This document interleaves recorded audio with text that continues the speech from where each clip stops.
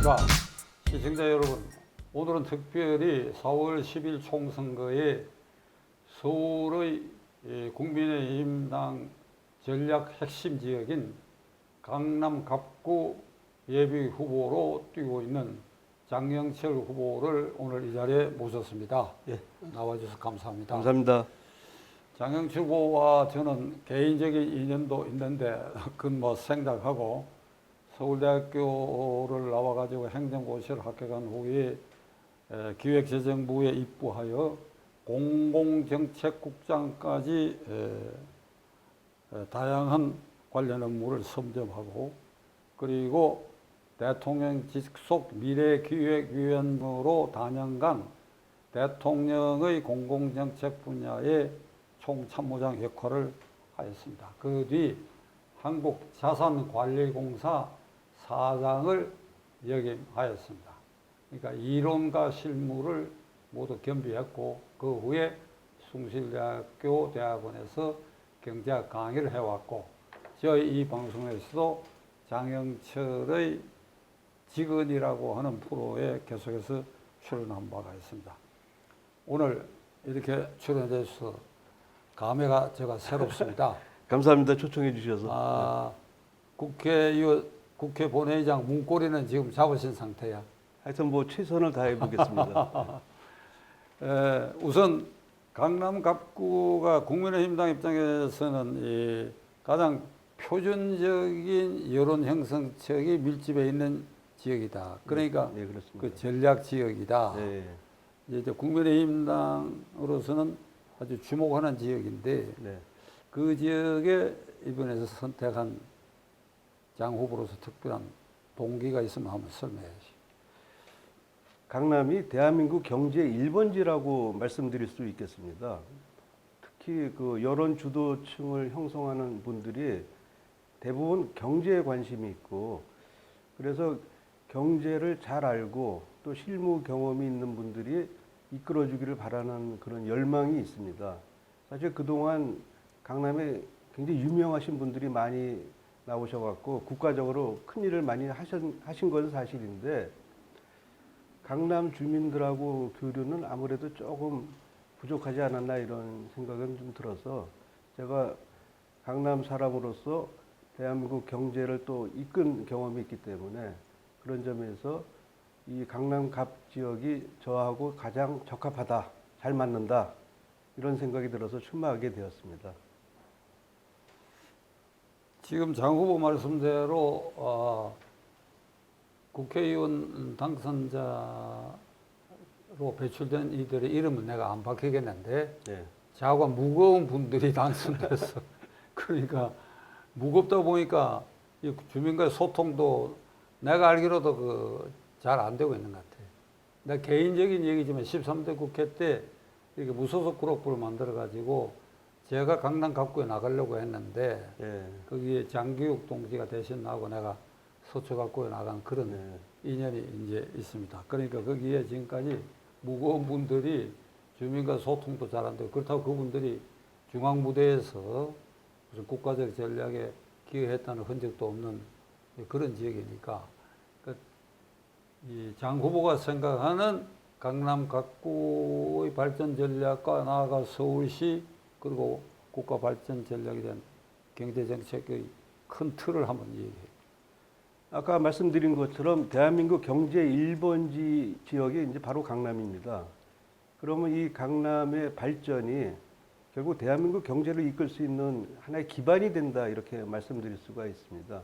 그런데 이 경제를 이끌어가는 게 참 어려운 일이거든요. 여러 가지 요인들이 많고 그런데 아무래도 시장 경제에 충실하면서 시장 경제 활동을 적극 지원하는 그런 체계가 필요합니다. 그런데 우리 시장 경제가 상당히 좀 손상을 입고 있는 것이 아닌가 이런 생각이 들 정도로 여러 가지 지난 정권의 과도한 입법들이 많았습니다. 그래서 저는 국회에 들어가면 이러한 과도한 입법을 시장 경제 질서에 맞게 수정하는 작업을 하고 싶습니다. 또 한 가지는 우리 국회가 그동안 굉장히 투쟁적인 모습만 보여서 앞으로는 이런 부분은 반드시 시정을 해야 되겠다는 생각을 하고 있습니다. 저는 아까 소개시켜 주신 것처럼 공공정책국장을 할 때 공공기관의 개혁 업무를 주도를 했었습니다. 그럴 때 각종 노조 또 이해관계자들의 협상이 필요했는데 제가 끈질기게 대화하고 토론을 통해서 합의를 이끌어낸 그런 경험도 있습니다. 또 한국자산관리공사 사장으로 재직할 때도 정말 그 어려운 사람들, 빚에 물려서 그 기업이 망가지고 개인도 빚더미에 올라갔고 그런 분들을 구제하기 위한 각종 정책을 실전에서 행한 경험이 있기 때문에 강남 주민들의 어려운 점을 잘 아우르는 그런 국회의원이 될 수 있도록 노력하겠습니다. 21대 국회 후반부가 이재명 대표가 이제 과반 의석을 확보한 민주당을 장악한 후에 이게 반기업적 그 입법을 여러 개 내놨어. 그렇습니다. 지금 내기업 노란봉투법이 있고 그다음에 중요산업재해처벌법. 네, 그거는 중소기업 50인 이상 고용을 하게 되면 중소기업을 운영 못하도록 하는 법과 마찬가지죠. 네, 그렇습니다. 이런 몇 가지 악법을 지금 이제 국민의힘당이 과반을 획득하게 되면 이걸 다시 원상 회복하거나 그래 해야 될 거 아닙니까? 그렇습니다. 그런 사례에 대해서 몇 가지 한 말씀을. 우선 이제 그 가장 큰 게 강남 구민들이 가장 고통을 받고 있는 요인 중에 하나가 사실은 세금 문제입니다. 그 종합부동산세가 이제 대표적인 건데 지금 윤석열 정권 들어서 다소 완화는 됐다 그러지만은 법적으로는 아직 수정이 안 된 상태거든요. 그 집을 한 채를 가지고 있는 사람까지도 종부세 영향을 받게 그렇게 만들었습니다. 지난 정권에서 집을 가진 사람은 전부 악인으로 취급을 하면서 세금을 무겁게 올린 결과인데 집 한 채 더 가진 것이 그렇게 죄가 될지 몰랐다. 그리고 1년에 몇 천만 원씩 종부세를 내는 것이 과연 합당한 일인가. 이런 부분에 대해서 반론이 많았습니다. 그리고 역시 그 소득세나 법인세율도 상당히 좀 올려갖고 그 세금 부담이 엄청나게 과중한 상태입니다. 국제적으로 비교해도 엄청나게 과중을 한데 그러면서도 지난 정권에서 재정 지출을 크게 늘려서 국가 채무가 400조 원이나 늘어난 상태를 만들어 놨습니다. 그러니까 굉장히 이율배반적인 것이죠. 세금은 올렸는데 또 국가 채무도 늘어나는 이런 상황을 만들어 놓은 정권이기 때문에 이런 부분에 대해서 반드시 시정 조치가 되어야 되겠다. 그래야지 강남 주민들 또 대한민국의 중산층들이 안심하고 살아갈 수 있는 터전이 되겠다. 이런 생각이 듭니다. 강남구는 거기 주민들이 기업 경영자들도 많고 고소득층, 중간소득층도 많기 때문에 세금에 대해서 과중한 부담에 민감한 계층 아니겠습니까? 그렇습니다.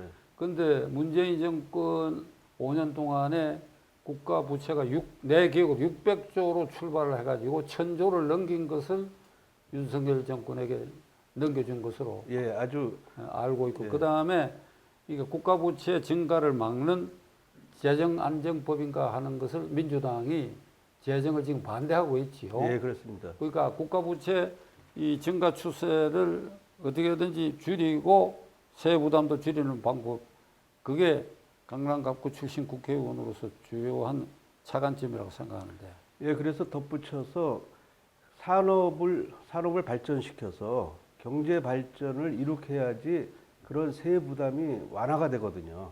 결국 우리가 세금으로 징수하는 각종 재원들은 국민들이 열심히 일해서 벌은 소득 중에서 내는 것이지 않습니까? 그러면은 소득을 더 키우는 역할을 정부 정책으로 해야 되는데 그런 부분에서 강남이 그런 경제 성장을 견인할 수 있는 각종 산업, 요새 그 인공지능이 굉장히 각광을 받습니다만은 인공지능이나 IT 산업, 그 다음에 K 문화라고 해갖고 문화산업 이런 등등의 새로운 산업에 대한 발판으로서 강남의 역할이 굉장히 크다고 생각합니다. 그래서 앞으로는 강남이 이런 산업들을 크게 키워서 우리나라가 한 단계 더 발전할 수 있는 그런 노력을 하도록 하겠습니다. 한 가지 더 말씀드리면은 박정희 대통령께서 경제개발 5개년 계획을 세웠을 때 제일 먼저 하신 일이 우리나라의 기초를 다지는 일입니다. 철강이라든지 항만이라든지 그런 사회 간접 자본 시설을 확충한 이후에 수출 산업을 육성을 했습니다. 결국 우리나라가 자원이 별로 없는 나라이기 때문에 수출을 통해서만 먹고 살 수 있다. 그래서 산업을 키운 것이 오늘날의 이 대한민국이 세계 경제 10위국이 된 것 아니겠습니까?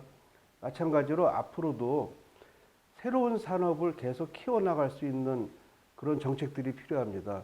젊은 창업자들한테 신기술을 개발할 수 있도록 독려를 하면서 지원해주는 역할, 그리고 그 기술이 앞으로 큰 산업으로 이루어질 수 있도록 이끌어가는 각종 정책적 배려는 역시 입법 과정을 통해서 해야 되지 않을까 이런 생각이 들어서 앞으로 그 부분에 제가 적극 매진해 나가도록 하겠습니다.